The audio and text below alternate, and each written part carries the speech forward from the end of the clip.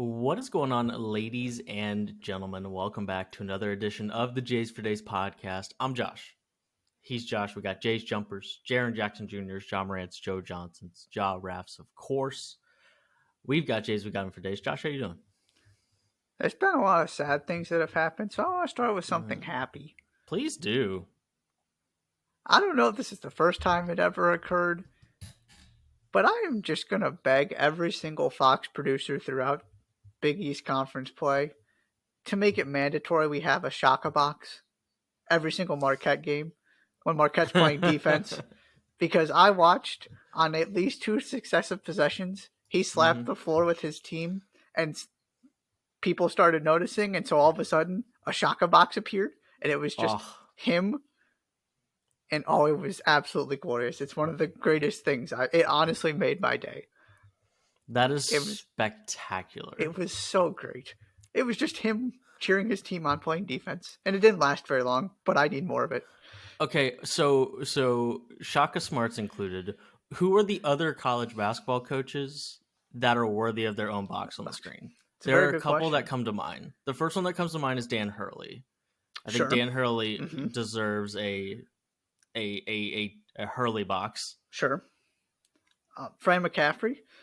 That's a good one. Fran McCaffrey, I think, deserves his own box. Kind of in the same Dan Hurley vein of it's all just kind of raw emotion and just facial expressions, right? And just pure energy and intensity, bordering on the anger sometimes, especially with Fran McCaffrey in the Iowa game or the Wisconsin game. That would be one that would come to mind. Tom Izzo's responses to when his team does stupid stuff sometimes. That would be harder to capture in a box, though, because he doesn't give you the same kind of... He's not as animated. Right. It's just specific moments that are better on kind of, cutaways and replays and stuff like that. Right.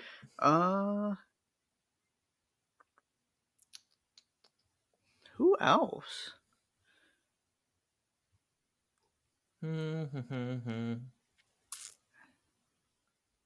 I don't know. Those are the ones that come to my head immediately. Maybe Eric Musselman?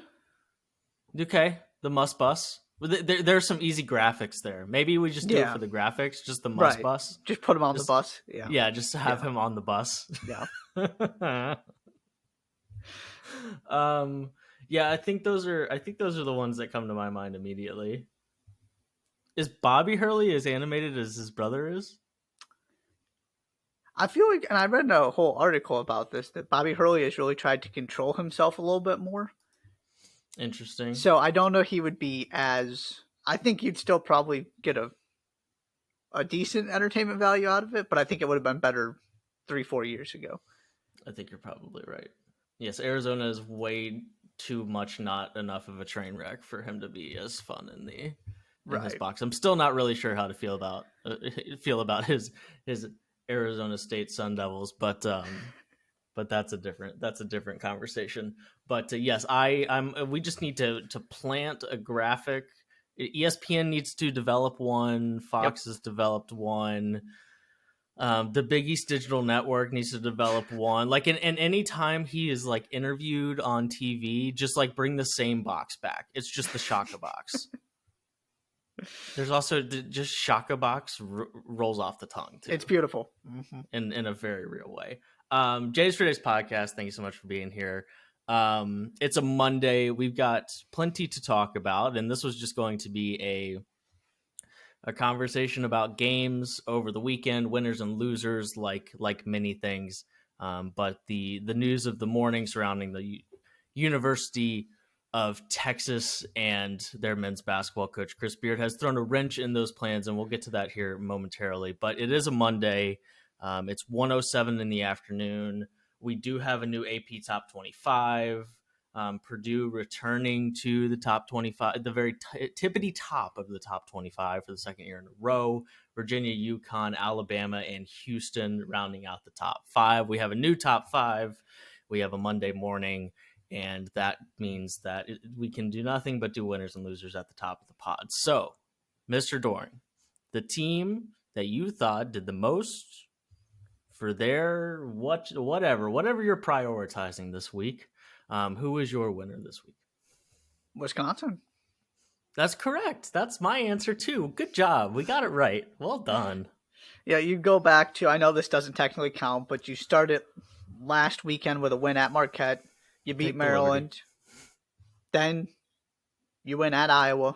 Now, Mhm. yes, 2 of those games went to overtime. They also should have just closed the door on Iowa in regulation and let Iowa find a way to get that game to overtime. I'm still not entirely sure how that happened.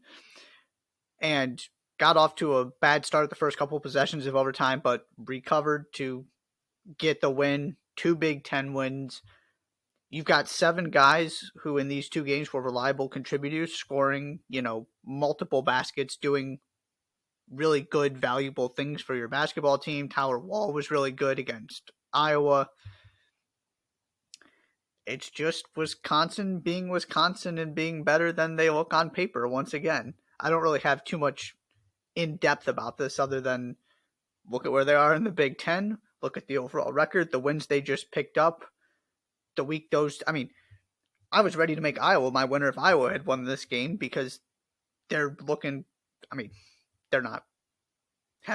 They blew out Iowa State, but obviously, you had the loss to Duke before that. But they're doing this without Chris Murray right now, and they're still looking very good. And Wisconsin found a way to win that game on the road in the Big Ten. So these wins are just going to get better. I feel like maybe the Maryland one. We'll talk about that in a little bit, but really, really good week for Wisconsin, and they're right there in the thick of the Big Ten race once again. Yeah, and it feels like for the umpteenth year in a row, they're off to a good start in the Big Ten, 2-0 in the Big Ten. And, I was trying to get to the idea of Wisconsin just got a tough road win. They played 2 good Big Ten teams, and then I went and looked at the schedule and was like, it doesn't really let up at all, because the Big Ten, we talked so much about how the Big Ten was going to be down this year, and here I am on December 12th for as long as we've been doing this podcast, thinking about how tough the Big Ten slate is. 22nd in this week's AP poll. Greg Gard continues to be a coach worthy of being talked about as one of the best in the country in terms of getting more from his team than seems to be the sum of his parts. He's got to be high up on that list.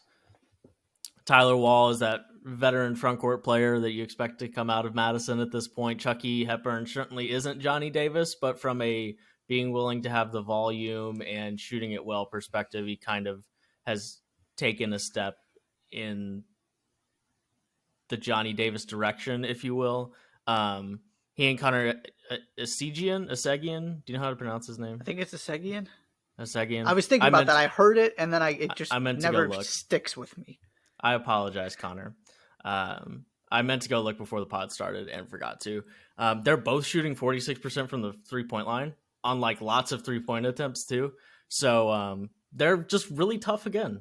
They play defense. They have the same offensive limitations that it seems like every Wisconsin team has, but they play good enough offense and have guys that you can depend on offensively, and they guard the heck out of it, that they're just going to be really, really tough in the Big Ten. For whoever ends up winning this conference, Wisconsin looks like a team that is going to make them win a considerable amount of games to actually get it done. So they are my winner as well, as a team that, there were a lot of teams that had a really good win and then maybe had a loss or only had one good win and only played once this week. Wisconsin played 2 good teams, beat them both, and one of them being on the road. So they are my winner as well. Who is your loser? Maryland's offense. Maryland's offense. We're really boring this week because Maryland is my loser. I don't even want to make Maryland the team my loser. Just the offense. And I went back and really sort of dove into this for a second. So let me lay out some things for you, and then you can give your thoughts as well. Please do.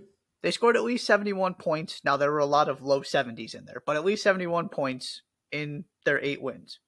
They then proceeded to not reach 60 in these 2 losses. The first 7 wins they had came against teams who are currently outside the top 100 in defensive efficiency. Now, they did get to 71 in the win against Illinois. They did so while shooting 39% from 3, 9 of 23. And they got 71 points. Then you play two of the better defenses in the country, arguably the very best in Tennessee, depending on what metric or who you're asking. 3 made field goals in the first half, 17 points in the first half. Now, I know they were really good in the second half and very easily could have won this game. Not just made it interesting, but got themselves right back to, it's a possession either way. Whoever made the plays down the stretch was going to win, and Tennessee happened to make those plays. And Jahmir Young has been outstanding and continues to be outstanding.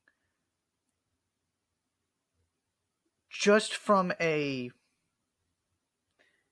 what is this team actually going to end up being, and can they build off of this really good start they had?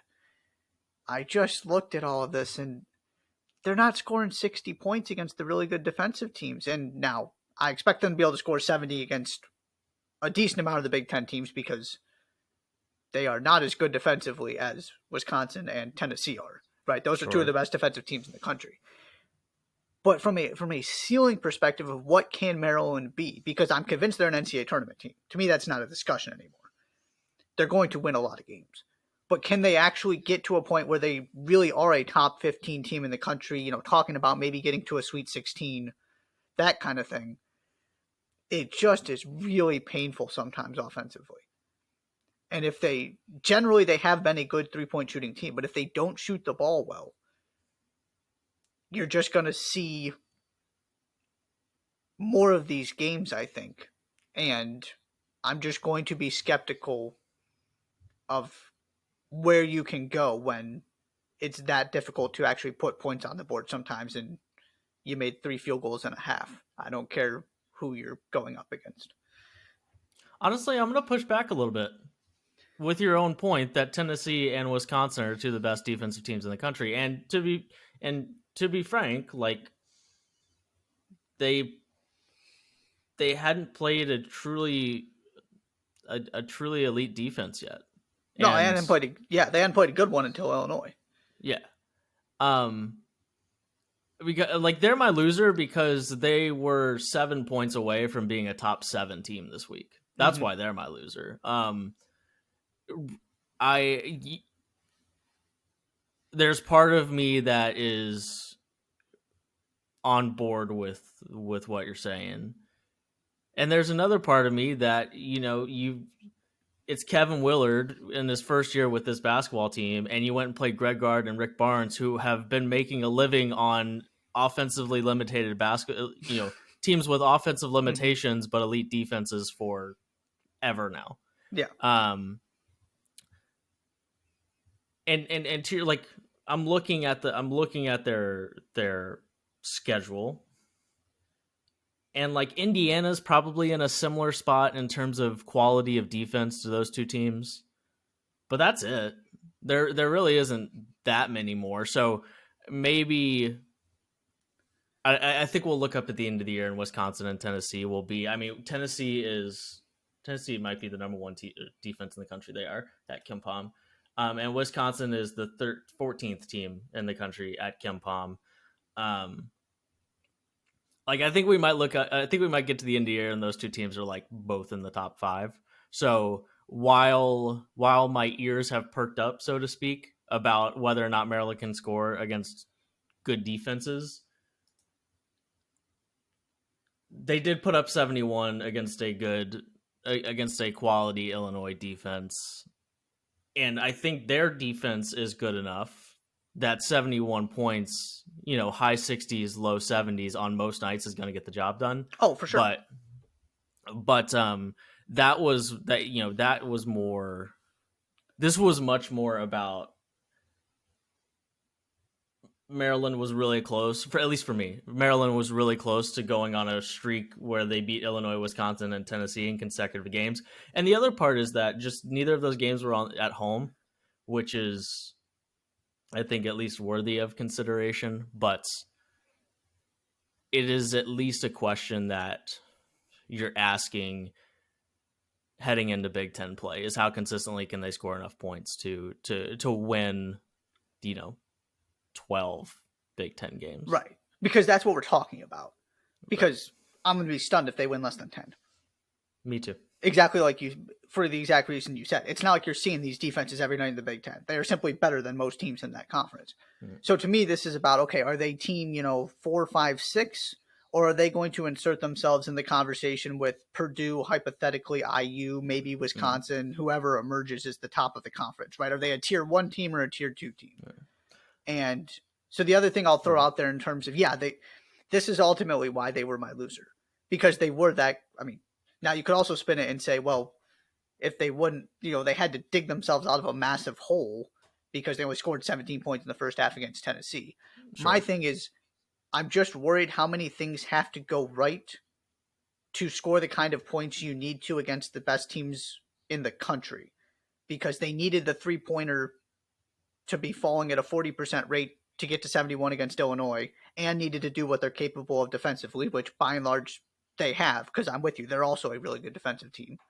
And you needed, right, it's just this idea of, okay, if you're okay offensively and what you expect defensively, you need something else to catch some kind of break to be able to beat the Tennessees and Wisconsins of the world, because there are so many different check boxes you have to check off because of your offensive limitations.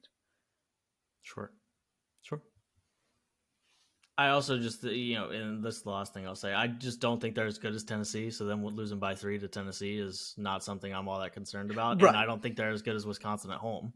Like if they could play that game in College Park, like Maryland, like I think of those teams very similarly. But when you're 263rd in the country in 3-point field goal percentage, your limitations are just, they're outside the top 230 in tempo and outside the top 260 in 3-point field goal percentage. It doesn't matter what else you do really well. Your limitation, your margin of error is inherently smaller as a result. And maybe that's just the reality that Kevin Willard and his team will live in this year, which is fine. Admittedly, I thought they were shooting the ball better than that. So that emphasizes my point even more. 31% as a team, 263rd in the country. But they defend the 3-point line really well. 27% opponents are shooting. They've been outstanding defensively. Yeah. It's just this is what, right? To me, this was just kind of this is what could have been. Mm-hmm. Could they actually prove themselves to be a top 15 team in the country, not a team that just showed up there because they won the games they were supposed to and got a good win against Illinois, right? They kind of shot up the rankings because, well, there's no hole to poke in the resume. They actually beat a good opponent in Illinois. Mm-hmm.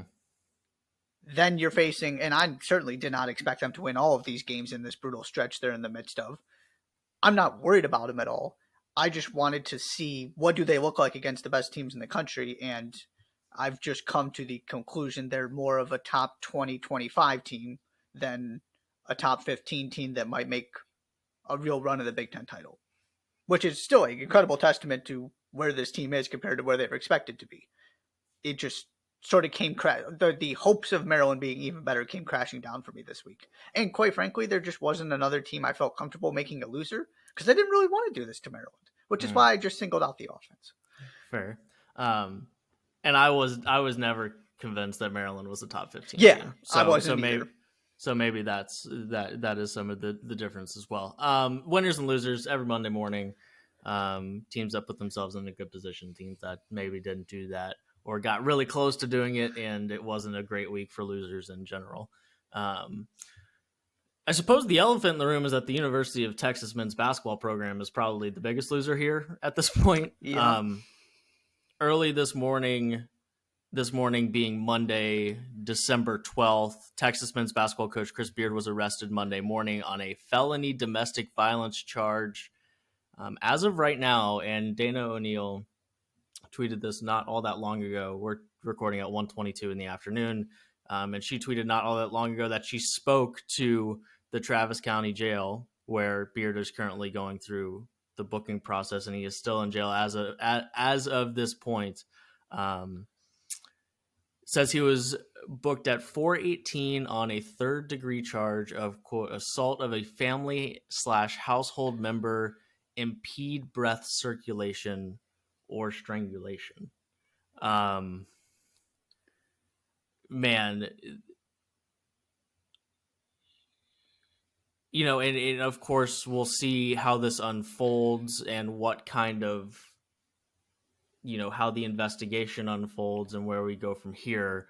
But Josh, this is not the type of thing that people are arrested for that is just kind of out of thin air. Of course, like Chris Beard's representation has come out and been like, this is ludicrous, this is so ridiculous. But then literally everybody's representation comes out and says that when they are arrested or charged or there are rumors or whatever it might be. But wow, like that is like, there is,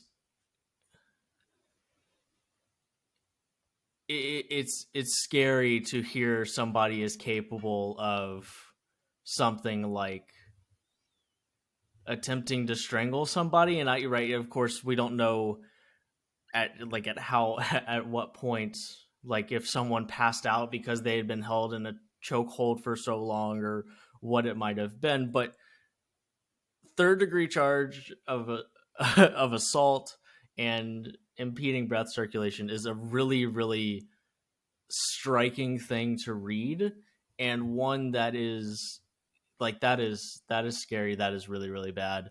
What say you? What are your thoughts? Kind of gut check reactions to the news we got around the Texas men's basketball head coach this morning. Yeah, I mean, we gotta let this process play out, let the investigation play out, like you said. I refuse to speculate on these kind of things. So Agreed. It's all qualified with if this is actually true and an accurate representation of what happened. Mm-hmm.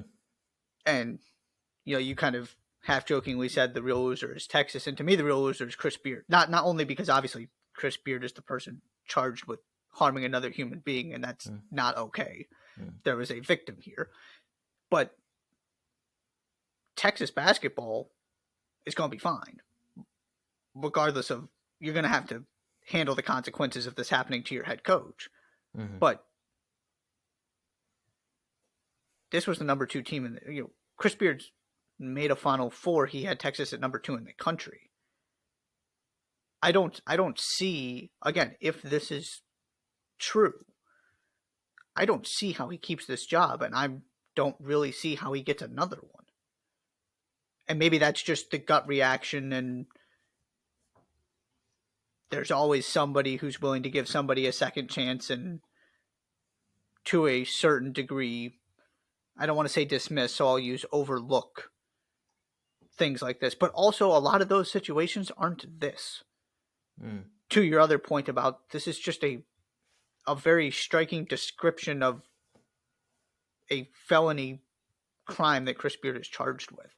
Right. So I mean, I don't see how he can return to the sidelines unless somehow this gets dismissed and sorted out in a way that I don't even know what the words are, but that absolves him of, or suggests that he's innocent of this. Mm-hmm. It would be unacceptable for this man to be allowed back around people that he has massive influence over if this is true. Now, granted, you and I know as well as anybody the lack of ethics and morality that's in college athletics, right? But paying a kid to come to your school and assaulting a family member is two very, very different things. And if he is like if it's true, the very idea that he's capable of it should mean he should never and never ever be put in a situation as a coach, because those situations, like, sometimes those are stressful, and clearly if he's capable of that, then he's also capable of physically, at the very least, putting his hands on a player. And I'm curious. It makes me it makes me wonder things like, what is Chris Beard like behind closed doors in his own program? What is Chris Beard like in practice? What is Chris Beard like in the locker room at halftime when his team has kind of dragged their feet for the first 20 minutes? All of these questions that, like, I would like to think that there haven't been warning signs about this kind of thing in and around his program, but also it wouldn't stun me because he's a Final Four coach, like you said, and a guy who now has his basketball program at number 2 in the country. So it wouldn't exactly stun me if those things had been overlooked, but it is there. He should never be allowed to coach ever again if these things are true. Like, shouldn't be allowed. Like, not athletic directors should have the ethics to not hire him. Like, he should just not be allowed to if these things are true. There's no place for that kind of person in college athletics. There's just not. And this is also one of those things where it's possible it happened just one time. But that's another important part of this that you were kind of illustrating there that I want to add to is I guess I'm skeptical that something like that kind of outrage and physical response to anger was a one-off thing. Mm-hmm. Now, maybe it never demonstrated itself in that kind of serious of a situation, that harmful of a way before. But the anger management side of this is also a concern for me, and I hope Chris Beard gets, whatever happens, that Chris Beard gets the help it appears he needs in terms of just being able to move forward with his life and being able to treat people the way they deserve to be treated, whatever this all ends up looking like. But that's the other question I have for this is what, even if there weren't, actual warning signs in terms of him demonstrating this specific kind of behavior, but like you said, what is Chris Beard like on a day-to-day basis? How are you going to be able to convince yourself, if you do somehow want to hire him, this isn't going to happen again? And if somebody is to hire him, assuming he is no longer Texas's coach at some point down the road, what kind of due diligence did you do? And this is where I think a lot of times athletics and sports come up short in terms of hiring process. What kind of due diligence did you do to figure out what other kind of things have transpired outside of this? Because it's easy to just dismiss this as serious and horrific as it is, right? There is a way to just say this was one awful situation, get therapy, counseling, whatever it might be, and present it as Chris Beard is in a much better place and something like this won't happen again. How confident can you actually be in that without doing the due diligence of talking to players, people around the programs he's run, family members, friends, the entire encompass of Chris Beard as a person and as a basketball coach, not just at Texas, not just as Texas Tech, but even before that, to actually get a full, more complete idea of what this story looks like and the things that might have led to this awful situation. Yeah. So we'll see kind of what comes of this in the coming weeks, the coming months. But and the other part of this is this is an issue that supersedes college basketball in terms of what the next 10 years of Chris Beard's life looks like if he is found guilty of these things. We're not just talking about not seeing Chris Beard on college basketball sidelines for a while. These are charges that push a decade in jail. That's a felony. Yeah. We're talking about serious time in prison if these things. So if you don't have to look any farther than that to understand the severity of the conversation. We can in the scope of college basketball, make things bigger than they actually are sometimes, right? Mm-hmm.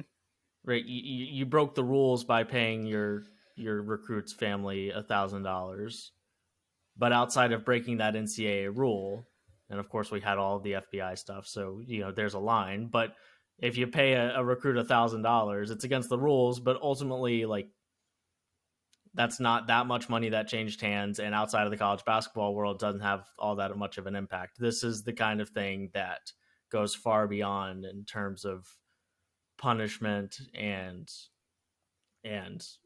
just impact. Then it goes much further than college hoops. So we'll see where it goes from here. Any last thoughts on this before we talk some things that happened on the floor the last few days? Yeah, no, that's a good point too.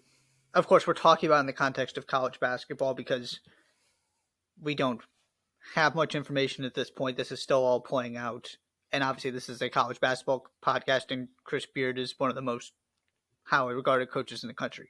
But you're absolutely right. And that's kind of where I started with the loser in this is Chris Beard, not just because of, and I sort of took it down the angle of Chris Beard's coaching career.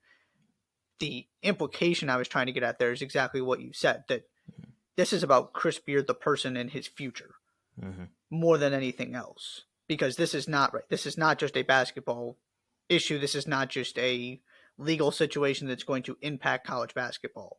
This is a potentially, well, I would argue in any way, shape, or form, a life-changing situation. But, right, like you said, if this actually turns out and ends up in a guilty verdict and those kind of things, this is completely changing the course of Chris Beard's life outside of basketball. Exactly.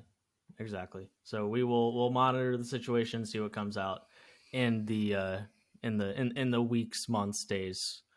That's not the right order. Days, weeks, and months ahead when it comes to that situation. Texas plays tonight.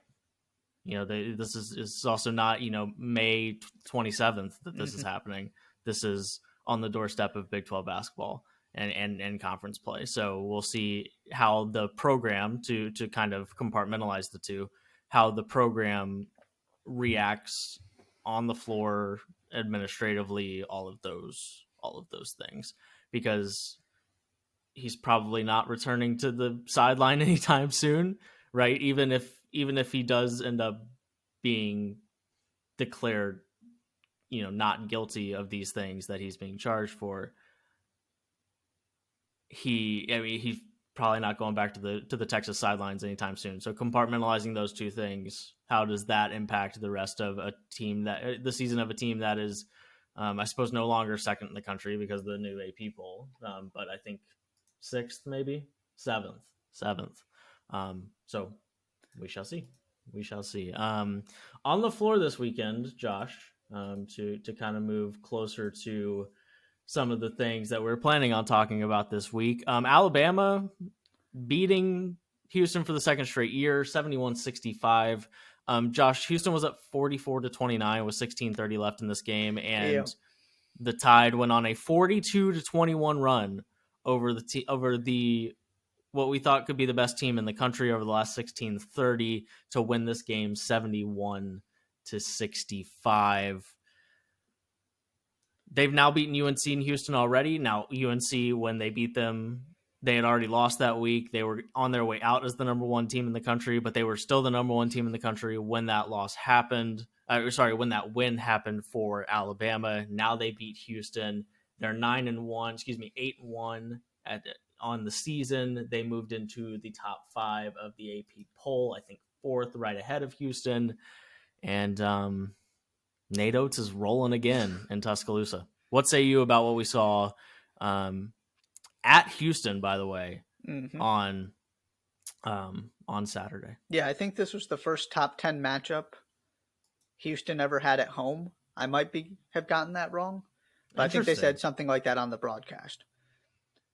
I, like you, thought this game was over. Yeah. And was very much ready to talk about this in a very different context. Mm-hmm. And then Alabama rolled with the freshmen spread the floor, and Houston just couldn't deal with it, which is one of the interesting tactical things coming away from this for me, because we talked about Alabama, and one of the things I love about Nate Oates in Alabama is they're so easy to analyze because you just know what the story is because of how many 3-pointers they shoot, regardless of whether they make them or not. Right? They're going to live and die by the three. So I was much more interested in this from a Houston standpoint and kind of what went wrong. Mm-hmm. And the first thing that stood out was just what happened when that floor got spaced, when they took Bediako out. Because it was a bunch of guys getting into the paint. It was guys passing the ball then back out after the defensive collapse for open 3-pointers. Of course, Alabama shot the ball well in this game. But that was because there were other times, the entire first half, where Alabama just could not do anything offensively and were turning the ball over every other possession. Now, they were getting good looks when they actually got the shot up, but they were turning the ball over left and right. And then all of a sudden, they took Bediako out. They started taking care of the basketball. Maybe that was just because life got made easier because Houston, it's much more difficult to trap, right, when the floor is spaced and you don't have a limited, 5 feet from the basket big like Bediako, who's also not known for his offensive ability out there. It makes life easier to be able to double team and things like that from a defensive perspective. Mm-hmm. So you took that option from Houston away, and all of a sudden there was just no bite to that defense, and Alabama had their way. And the other thing, and I've got some more thoughts I'll save, and we can kind of go back and forth here. The other thing I wanted to point out from an Alabama standpoint, I don't think people were paying enough attention. Now, I know Brandon Miller was 0 of 8 from the field in this game. This was not about Brandon Miller.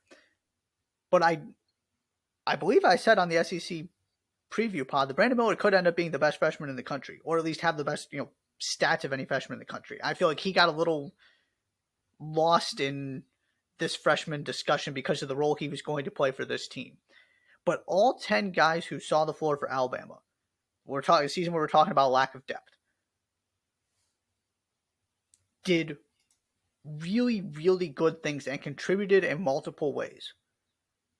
Scoring, rebounding, defense, and that entire freshman class, all of the good freshmen that Alabama had were Brandon Miller had a tough day shooting, but even he was contributing defensively. He knocked down a bunch of free throws, those kind of things. But the other freshmen were outstanding in this game. This is an incredibly deep team that if they can sort of, as Javon Quinterly continues to get healthier and healthier and work his way back, if they can kind of figure out how to put all these pieces together and be a little bit more consistent than last season, they've got an awful lot of talent. Yeah, and at the same time, this is a game they won last year. Right. And them going 7 of 23 from the floor, only shooting 62% from the free throw line, turning it over 15 times, and still finding a way to win this game is encouraging. Right, because it seems like we talk about it the last couple of years, that Alabama is going to play fast and loose, and when they make their threes, they can beat anybody. They didn't make their threes in this game, not really, and they still found a way to win this game. I might be out on Houston as a national title contender, and here's why. They have probably the best guard in the country. He's on the short list if nothing else. Who other than Marcus Sasser, the list of the best guards in the country is. You throw some of those Baylor guys on there if you want to. Yeah. Mike Miles, who hasn't had a spectacular season. Right. It's not. It's the year of the bigs, and as much as good as the bigs are, there also just aren't that many. Kendrick Davis. We are on December. Yep. It is December 12th, and I do not feel bad about the fact that I put Kendrick Davis on my first team All-America. They beat Auburn yesterday, and he had 29 points, or 2 days ago, and he had 29. And aside, here are Houston's point totals against against the three best teams at KenPom that they've played. Okay. Oregon, they scored 66 points against an Oregon team that is 58th in the country at KenPom defensively. 58 points. Sorry, 66 points. Throw Kent State in there, 49 points. They failed to get to 50 points against Kent State. St. Mary's, they beat 53-48. St. Mary's is a good defense. That's top 10 KenPom defense. So, make of that what you will. And then against Alabama, 65 points.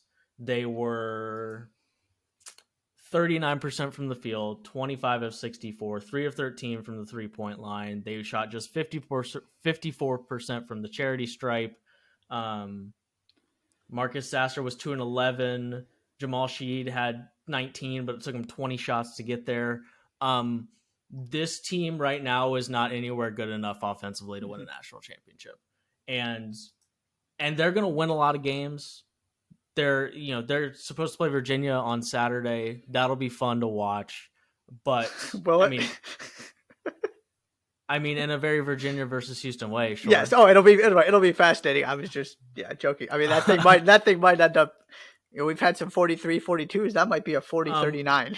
I'm not standing here for you to slander the 11th best team at KenPom offensively. No, that's fair. In Virginia. That's fair. Virginia scored 70. Yes. Virginia scored 73, 89, 86, 70, 72, 70, and then 62. They had a very very Virginia win against James Madison in a 55-50. But James Madison is good this year. They've proven that on multiple occasions that JMU is bringing it this year.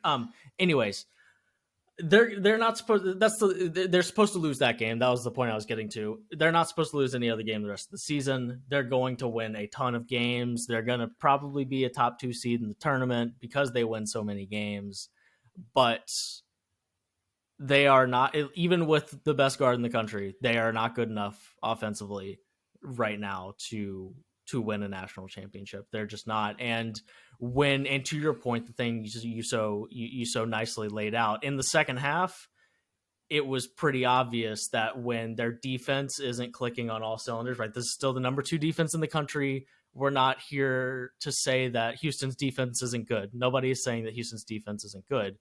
But what we did see in very Virginia of the late 2010s save their national championship year fashion, when their defense isn't elite, even if it's for a stretch of 16 minutes and 30 seconds,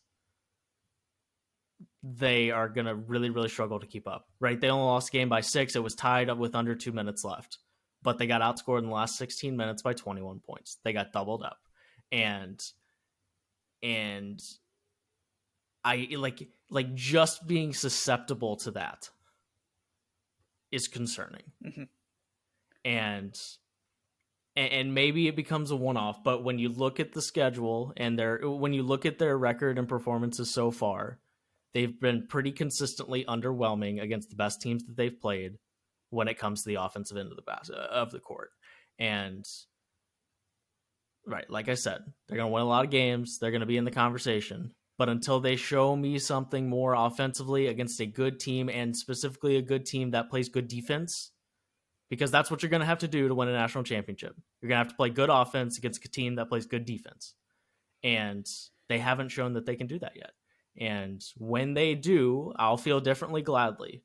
But until then, I am skeptical about Houston's ability to win 6 games in the tournament. And with that being said, they seem to get to the Final Four, at least really close, pretty darn consistently. And it's not like we're talking about a team that was clicking on all cylinders offensively the last few years. So maybe they'll just do it anyways, but I'll never be confident in a team that is susceptible to some of these things that has turned into a trend in the first 10 games of the season. I want to hone on 2 specific things to that point. Hit me. One, the difference between this Houston defense and Virginia's defense is that this Houston defense is a turnover generating machine, which is how they scored so many points in the first half, right? It was getting into passing lanes, knocking the ball loose, making players throw terrible cross-court passes coming at Alabama just couldn't deal with getting trapped, there was just an incredible level of intensity, and it led to a bunch of turnovers that also led to some runouts and easy buckets. When you don't have those easy buckets, that is part of Houston's offensive strategy in a way that I would argue it hasn't necessarily been part of Virginia's. Of course, they'll get one here or there, right? But they're just more, we're going to make you actually find a way to get a good shot and guard you for the entire shot clock, as opposed to trying to be super aggressive defensively to force turnovers. It's much more fundamentally sound, stay between you and the basket, keep you out of the middle of the lane, things like that. So you throw that where defense is part of Houston's offense, and you combine that with, I love Jamal Shead. Jamal Shead is one of my favorite players in the country. Shead, my bad. Not Shead. Shead. He is more than capable of going and scoring 15 to 20 points. I know he doesn't do it consistently, but it seems like every time I watch him, he finds a way to get to 15 against the good teams they play. That is not I'd rather you get to 9 on 4 shots for the record. Sure. That is not what he does, though. In those 3 games you mentioned, well, I took out Kent State, Oregon, St. Mary's, and Alabama. Jamal Shead has 10 total assists. If you look at the rest of those box scores, he's getting somewhere between 5 and 10 a game. Per game. He had 10 in the three of the best teams Houston played. That is what he does. Because then Marcus Sasser goes and gives you 18, and all of a sudden your backcourt is looking really good with 24 points and 12 to 15 assists between them, or whatever it might be. You're not scoring enough points with Jamal Shead being your go-to offensive option like he ended up being in this game, because Marcus Sasser struggled and kind of got taken out of it by Alabama's defense. You need Jamal Shead to be the one creating buckets for other players with his passing and making Marcus Sasser's life easier. So to me, those are the 2 ways to score, is off of your defense and off of Marcus Sasser's individual brilliance. And when you don't have both of those things, you are in very, very big trouble. So that's something I want to monitor moving forward, because I'm a big believer in the depth of this team. And I talked about it after the Oregon game, where Marcus Sasser didn't see the floor all that much, and it was just fine because their freshmen were terrific and Jamal Shead was good in that game. But that's not a formula for success against, like you said, the best teams in the country, and specifically the ones that are also elite defensively. Yeah. They also need to be much better cleaning out defensive rebounds. They're a very good offensive rebounding team. They are not a good defensive rebounding team. They're almost equally as bad of a defensive rebounding team. Opposing defenses, they're 224th in the country in allowing offensive rebounds. So I don't know if you looked, but the stats communicate that feeling. They're elite defensively everywhere else, but when it comes to finishing defensive possessions, they are certainly not the best. Houston, right, that you get Virginia, and then you don't get another top 20. You don't get another top 65 current KenPom team until you get Memphis on February 19th. You get them twice in the last 2 weeks of the season. But so it might be a while. We might be just going into the tournament asking the same things about Houston. Yep. And maybe there are some teams in the AAC that emerge as more relevant teams nationally, but probably not. And we might just be looking at those Memphis games at the end of the season to get an idea of where we are with the Cougars. Assuming there are no massive revelations when it comes to playing Virginia on Saturday. Indiana flew all the way to Las Vegas. Arizona flew to Las Vegas on a much shorter flight. And those 2 teams played in what is so appropriately called, because, whoever ran the event just couldn't come up with something better than the Las Vegas Clash. So in Las Vegas, you'll be shocked to hear that they played the Las Vegas Clash. Arizona and Indiana, 2 top 14 teams at the time of the game. And that's actually remains the case. Arizona made a jump up to 9th. Indiana stayed put at 14, which is incredibly fair for a team that did nothing that week, but lose to a top 10 team. It's almost like you don't have to drop teams for losing. So good job, AP poll, even if you didn't mean to do it. And that's just kind of how it happened. Well done. Good job by you. 89-75 Arizona, and Mike Woodson said this post game that this was the first team that really was able to do a lot of what they wanted to do offensively against Indiana. Indiana had not given up. The most points Indiana had given up this year was 79 to Xavier on the road. And that's a lot of points. But other than that, the most that a team had gotten was 68, and that was against Little Rock. But Arizona, 89-75 victory for Tommy Lloyd's team.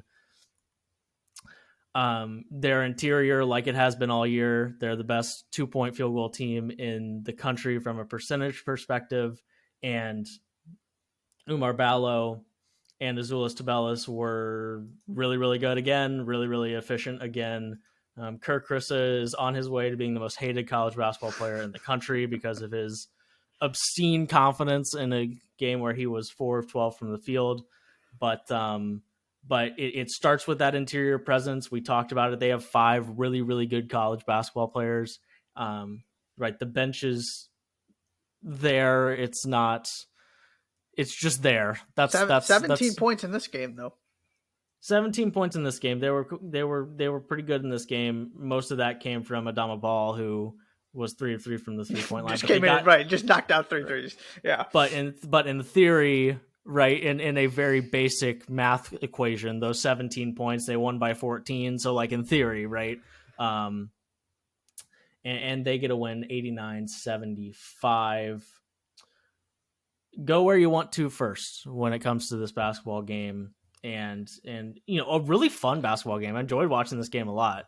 And Arizona kind of kept Indiana at arm's length for a lot of the game. Indiana kept clearly tough. There's no Jalen Hood-Schifino, which I'm sure we'll talk about.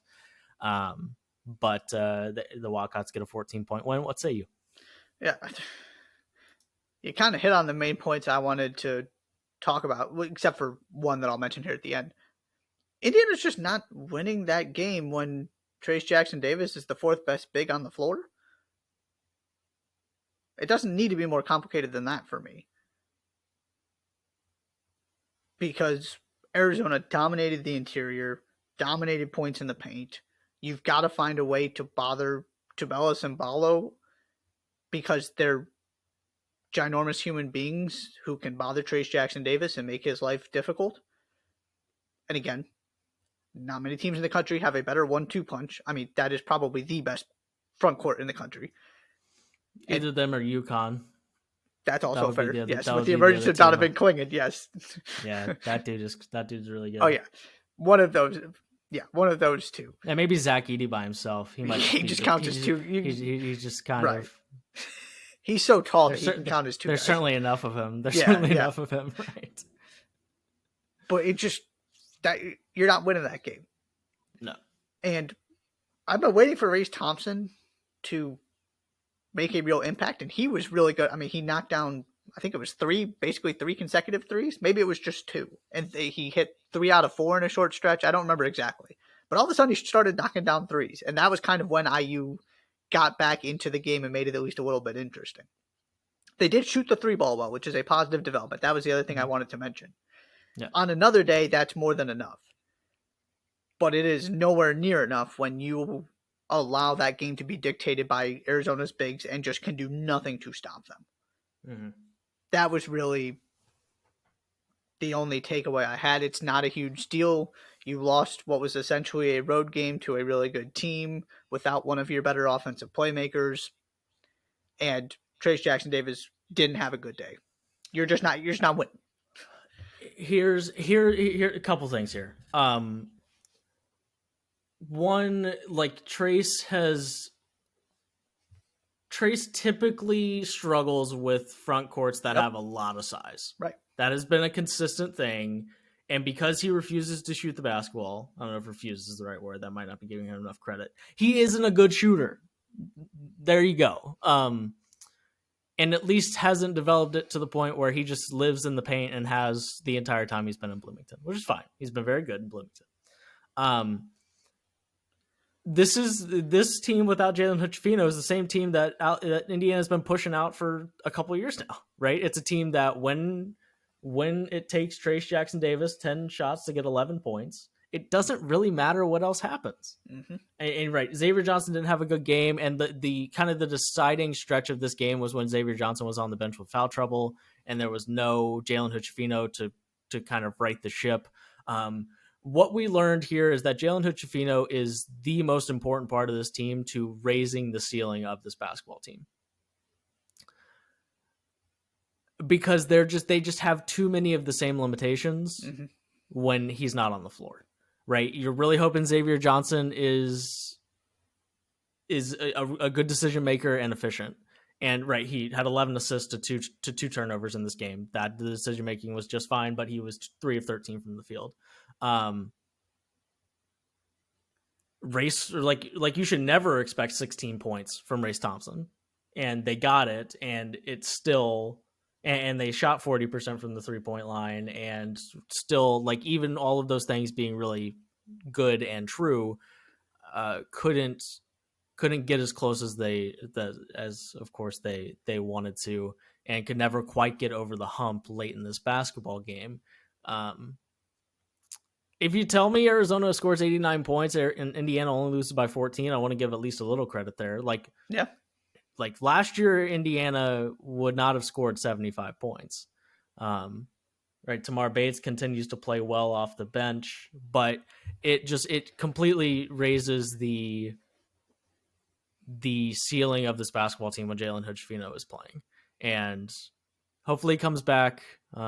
He did give it a go, I heard, in pregame shoot around warm-ups, went through a more intensive shoot around than maybe you would otherwise to kind of test. I think it's a lower back issue. I think that's what it is. It sounds right.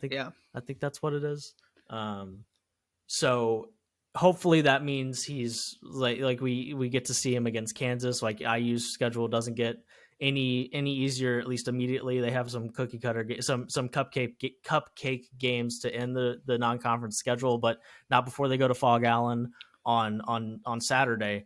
But this team is good without Jalen Hood-Schifino. This team is really good with Jalen Hood-Schifino, and and that's been made clear the last 3 games without him, right? They shot it really well. Trayce Jackson-Davis had a triple-double against Nebraska, and they dusted them in Bloomington, but they just didn't have enough against Arizona, and you really saw it against Rutgers on the road when they just couldn't get anything going. So hopefully he's back soon, but he's really, really important to Mike Woodson's team this year. And they're just not scoring 85 points against high-level opposition.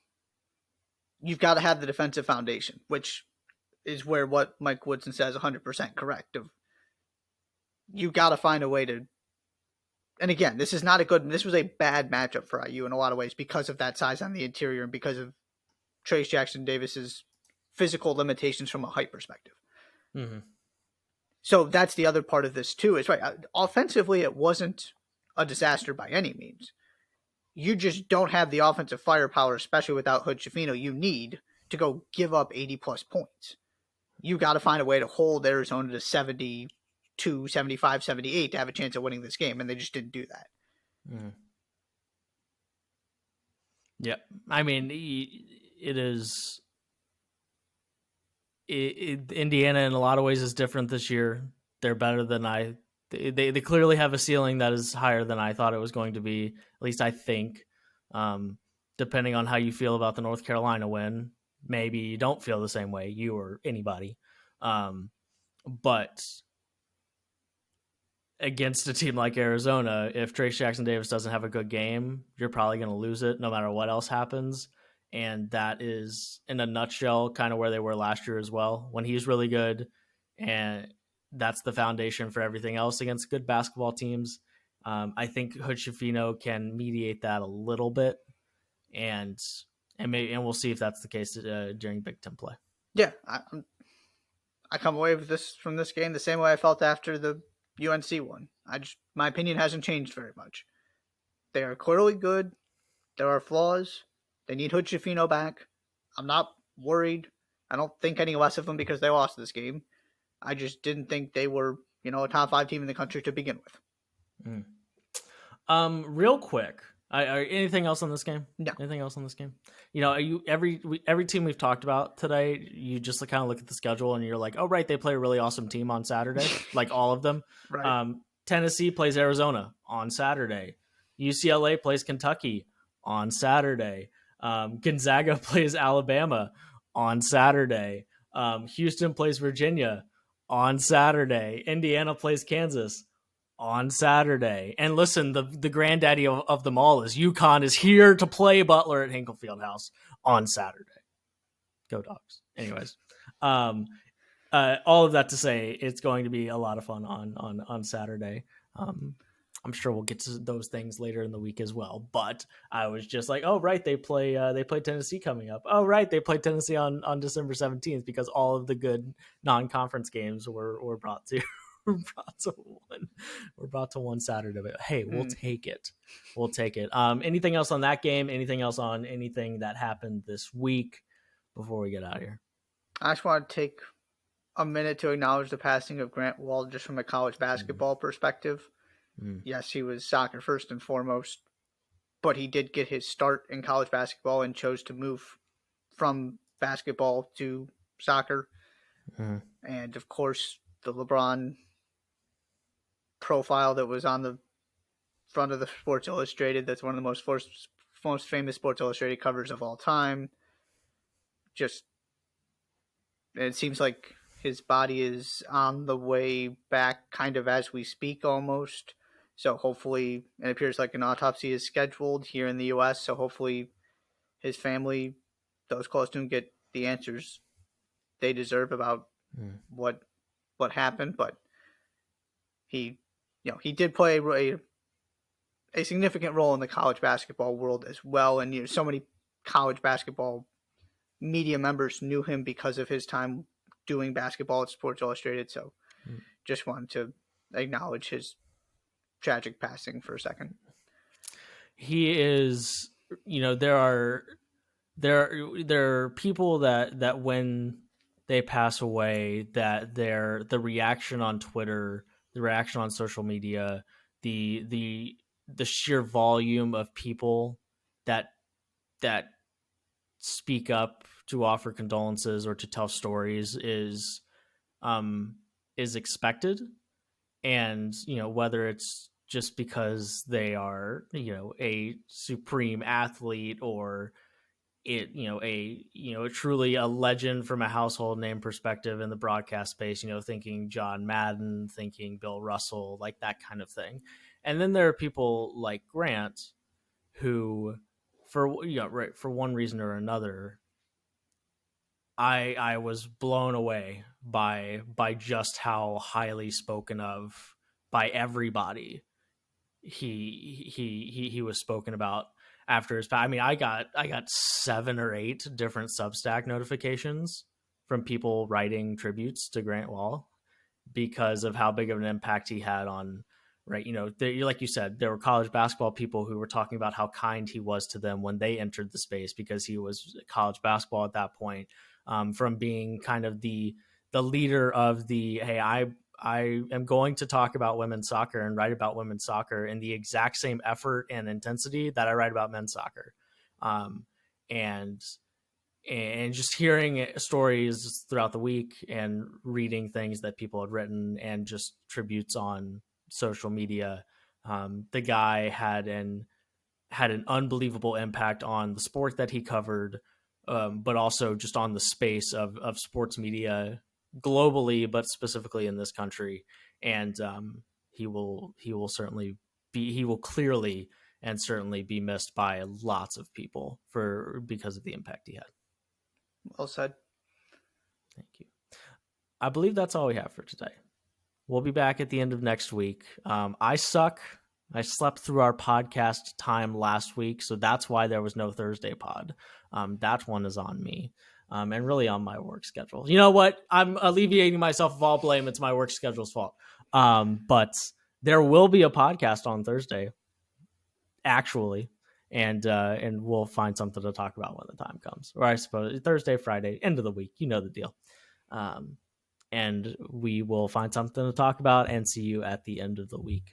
Please subscribe to the Jays for Days podcast on Apple Podcasts, Spotify, and Google Podcasts. Follow us on Twitter at Jays for Days Pod, YouTube, TikTok. Just type in Jays for Days podcast. You will find bite-sized content, full-size content, king-size content, if you will, and on those platforms as well. Thank you so much for listening to this edition of the Jays for Days podcast. I'm Josh. He's Josh. And we will see you later.